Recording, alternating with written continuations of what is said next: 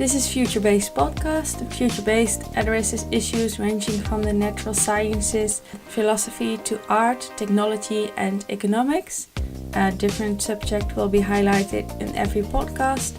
And in this podcast, this is the second episode in a series of 2 of future-based thinking. We will be talking about design thinking with Theo Ploeg, and Theo is the founder of Studio Hyperspace.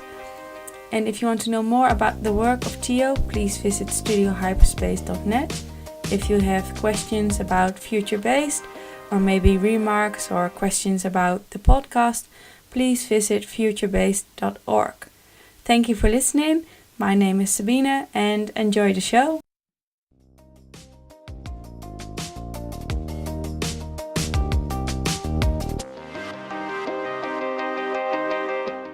We were talking about object-oriented ontology. Ontology, yeah. Yes, climate change. And you have also a very big fascination for dark ecology. Could you tell us about what dark ecology is? Yeah, dark ecology, you could say, is finding ways to give meaning to what is happening in the climate and nature with the help of artistic methods. Yeah, so you're using art to give meaning to things that you kind of can't explain in another way. So, for example, in a scientific way. If I'm correct, it's about climate change, designers and artists researching climate change. Yeah. Can you give us an example? An artistic method on climate change or a project on climate change? Yeah, I think, for example, I don't know what the project itself is called, but Monique Grimmett, an American designer artist that lives at the moment in Amsterdam, did a piece about nature and what the value is of nature. And she kind of came up with the idea to make a link between the stock market and nature. So she made an installation where the values from a certain stock on the stock market decided if, for example, the plants would get water or not. Okay. So I think that's a very interesting kind of artistic way, because the end product is kind of an artistic object, an art object, to show us that the economy can be linked, for example, to nature or to the climate, which we at this moment haven't done yet. Yes, and why is this linking? Why are these artistic methods so important? Yeah, I think that, well, at this moment I have a design background, but I've studied sociology. So during the whole 90s and also the early 2000s, I was very abstract, and I really believed in a kind of a scientific way to describe how society works and how all the things that were happening, that it could be kind of explained in a kind of scientific way. But I don't think that's, well, I think that it's very limited. So I think that the artistic way of thinking, where you don't think in established ways of research, for example, that they give kind of different insights in what is really happening, and that you can also feel things. I mean, it's very, very, very strange that for example, I've written a lot of, this is not an example of nature, but I think it kind of shows very good what I mean. I've written a lot of things from my sociological background about political attitude of people that are mostly kind of associated with the lower class. And I wrote those pieces while I was working in my apartment in Amsterdam or Berlin. Yes. And I think that's kind of a really good metaphor for the way most scientists work. While now I kind of moved to Heerlen, you could say the kind of one of the anti-cities, you call coolest regions in the Netherlands, really an anti-city. Yeah. I also live in Schandelen, one of the most problematic city parts in the Netherlands.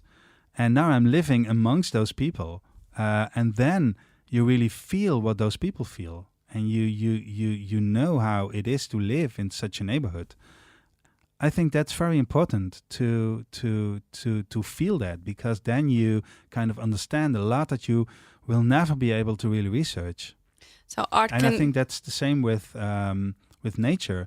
That if you kind of walk through a forest and smell all, especially when it just rained, for example, you smell how the forest loosens all those kind of flavors, and you hear the sounds, and you hear nearly nothing, and then you hear tiny kind of branches, and it's so beautiful. And I mean, that's of course feeling, and I know that a lot of scientists would say, okay, but that's kind of emotion, and emotion has kind of no value in the scientific way of coming up with kind of an explanation. But I think that's really wrong, because it gives you as much information as the scientific way. So art is for you then the missing link between scientific methods and the practice? It's so cool that, for example, in Kritik der reinen Vernunft, from Kant, from Immanuel Kant, yes, that he also writes this. He says, we will never be able to really understand, das Ding an sich, the reality, you could say, but the art can bridge that gap and let us feel what reality really is. What happened to you that you have this insight about? Yeah, it's so strange, because I think till 2007, I was really that kind of scientific man. Yeah. Was really kind of the modern man. Everything had to be scientifically proven. Everything also had to be, the average was also very important. And I now think that statistics are totally bullshit, but that's something else.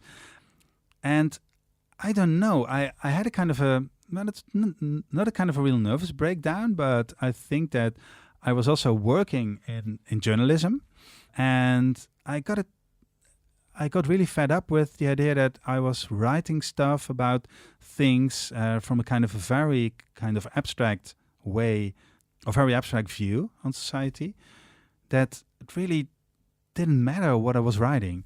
So I got in a sort of situation where I didn't know what I was doing, you could say.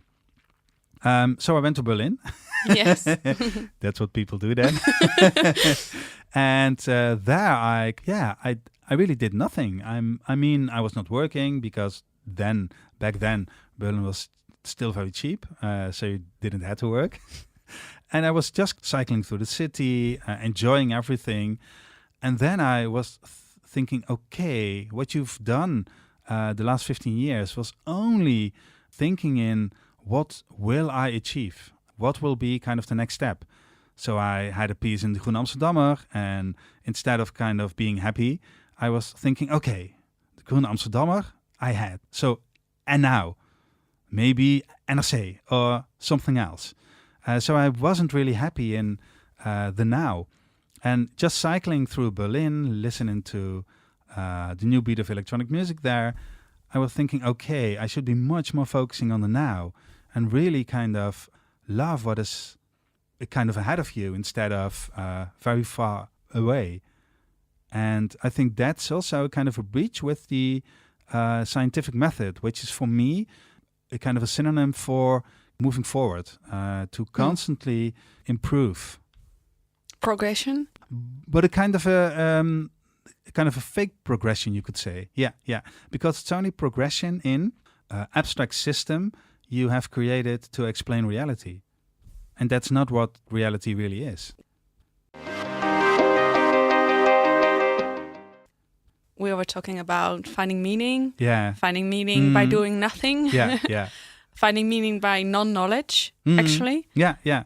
How can art, how can crossover disciplines actually help us with finding meaning in this very complex world? Because but it's very interesting that you say that it also, that you kind of emphasize also the crossover, because there are a couple of artists and also designers that came up with kind of methods that are really rooted in the arts, like for example speculative No, yeah. Speculative realism is theory, but you also have speculative everything, which is the design movement.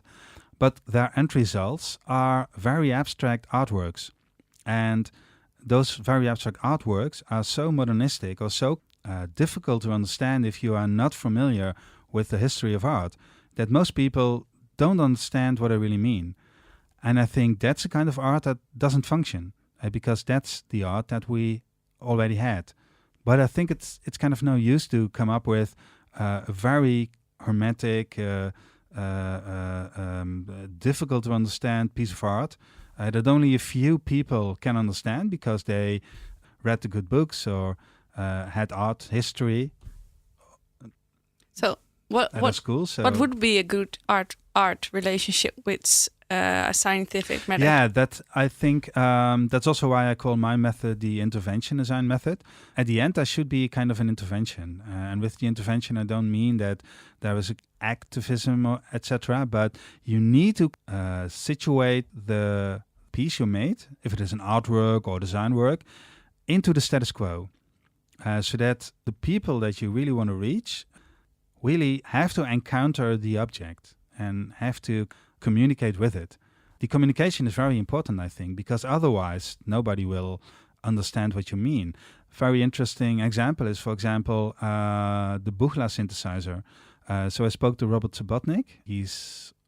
I think he still lives in New York. I think he should be 85 or something now. And he invented that synthesizer together with Buchla. And he wanted to they wanted to come up with a music instrument that didn't look like any music instrument that was out there. And they made a synthesizer with a lot of knots and a lot of kind of strange things. And nobody understood what the instrument was for. So nobody used the instrument. While it was kind of the first mass-produced, you could say, electronic music instrument.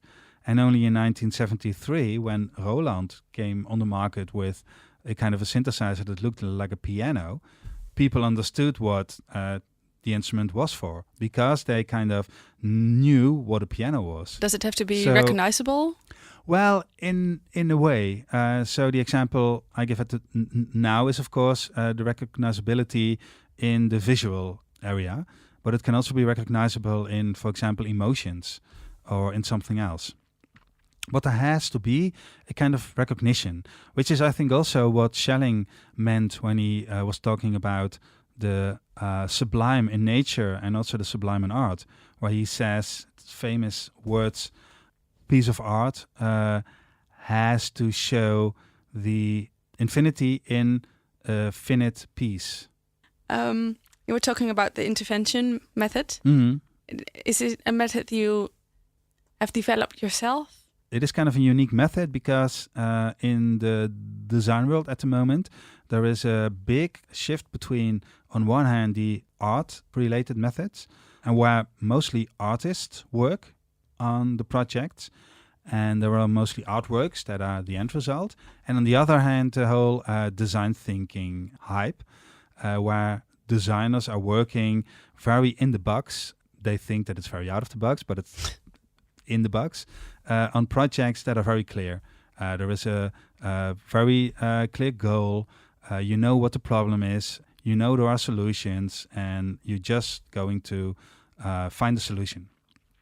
While if you really try to design for the future, you can't use design thinking, or you can't use design thinking as it is mostly used now, because then you will design things that are already there, and you are designing for the now.